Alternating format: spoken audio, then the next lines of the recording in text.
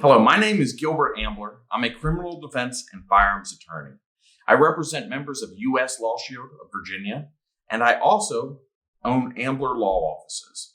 Today, I'm here at New American Arms in Richmond, Virginia, talking about interaction with law enforcement, and interaction with law enforcement, more specifically, when carrying a firearm. Now, this is a complicated subject because we've got the law on one side and we've got very, very practical advice on the other side. And sometimes they are not directly aligned. When we're talking about the law of interacting with law enforcement when carrying a concealed weapon, we should talk about two types of interaction. Number one is carrying with a valid Virginia concealed handgun permit or another recognized license. And the other type of interaction would be carrying without a Virginia valid concealed handgun permit.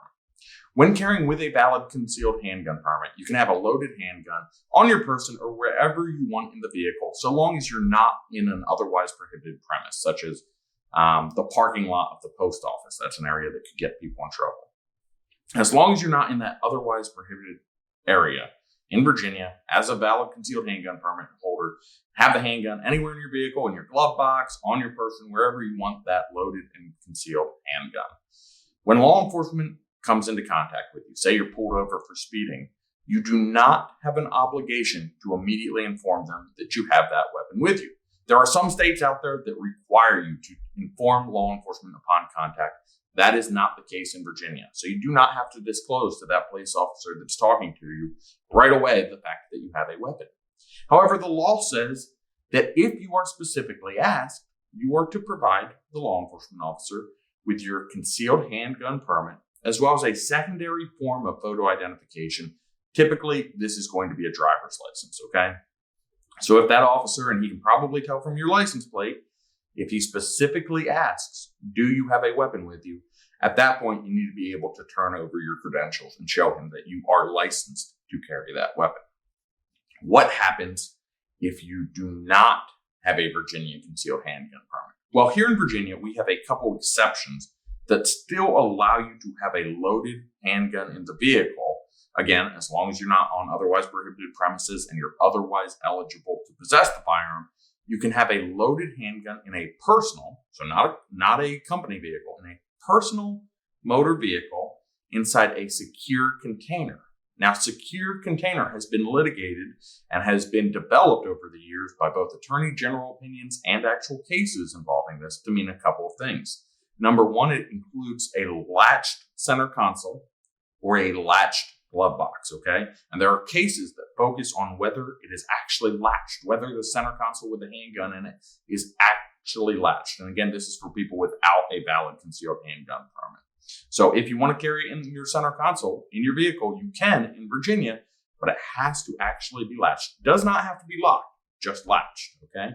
Recently, we had a Virginia Supreme Court case that stood for the proposition that a backpack on the passenger floorboard zipped up with a firearm inside it was also a secure container. Now, this one worries me a little bit because A, it was very fact specific. They took into account the location of the backpack, whether it was zipped up, things like that. The other reason this concerns me is I can see it getting people in trouble. Say your plan is to carry your loaded firearm in a zipped up backpack in your vehicle. You do fall under exemption here in Virginia from the otherwise from the statutes that prohibit concealed carry, as long as you're in that personal motor vehicle. But as soon as you step out of the car carrying that backpack with you, now we have a problem, okay? Because now you are possessing a concealed weapon and you no longer fall under the exemption for being inside the personal motor vehicle. I will also tell you that I have handled a case, because this can be a very narrow exception. I have handled a case previously where someone was pulled over.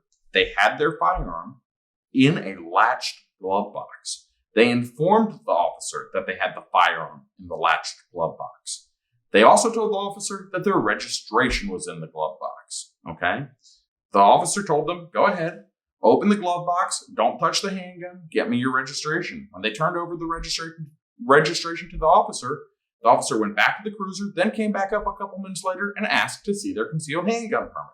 They, of course, did not have a concealed handgun permit, which is why they were carrying under exemption with the handgun inside the latched glove box. The officer then arrested this individual and made the argument that it was no longer a latched glove box since they had to open the glove box in order to get the registration. Now, fortunately, these charges were dismissed, and I represented this individual. I spoke with the prosecutor before it went to trial. The prosecutor agreed to dismiss the charges. The point is, it's a very, very narrow exemption. And what they were planning to argue at trial was that, sure, you fall under exemption when you have it in the glove box, but then you can't carry the registration there, because if you have to open the glove box in a public area to access the registration, then it's no longer a latched glove box. Now, do I think that was a winning argument for them? No, I do not. I think that's why they dismissed the case. Nonetheless, someone had to retain a lawyer. They had to hire me. They had to go through the process. They had to have this class 1 misdemeanor hanging over them, and that's not a fun situation to be in. So my suggestion, be very, very careful with this exemption. And really, my suggestion, go get a concealed handgun permit. It's going to make your life so much easier. You can conceal it outside of the vehicle. It's just going to make it so you don't have to worry about this type of interaction to the same degree. When carrying under exemption with the firearm inside a latched container in the vehicle, the law doesn't actually specifically provide you a duty to inform the officer, because you don't have credentials to inform over if the officer asks you whether you have the weapon. What you cannot do is you cannot lie to the police officers, okay?